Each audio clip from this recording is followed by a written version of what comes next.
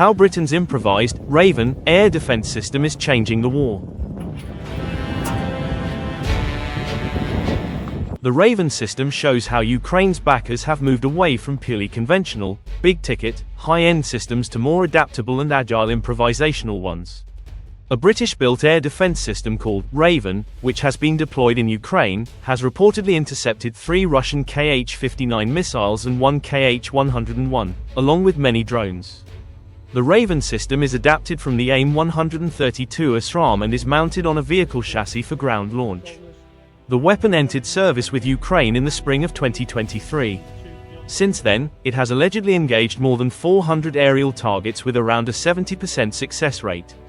Initially designed to only counter drones, the Ukrainians quickly adapted the Raven air defense system to defend against both drones and missiles. Because of the success of their Raven air defense system, London is authorizing an additional shipment of 350 ASRAAM missiles to Ukraine. To add insult to injury, these weapons are funded by interest on seized Russian assets in Europe.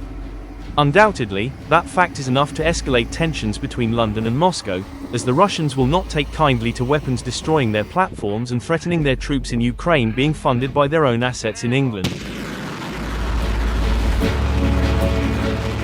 Yet the Raven system also shows how Ukraine's backers, primarily the UK, have moved away from purely conventional, big-ticket, high-end systems to more adaptable and agile improvisational ones to meet desperate battlefield needs.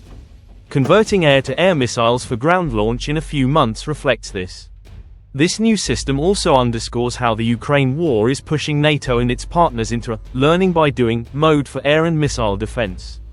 A core element of Russia's military strategy in Ukraine thus far has been to use copious amounts of cruise missiles for long-range strikes along with drones in an effort to wear Ukraine's defenses down. The Raven system attacks that underlying assumption of Russia's offensive strategy. It's not necessarily a replacement for heavy systems like the Patriot, but it is designed to complement these systems by filling the last-mile defense gap. Hence, this system could be helpful as more conventional systems, such as the Patriot missile battery, struggle with rapidly declining success rates in shooting down Russian missile swarms.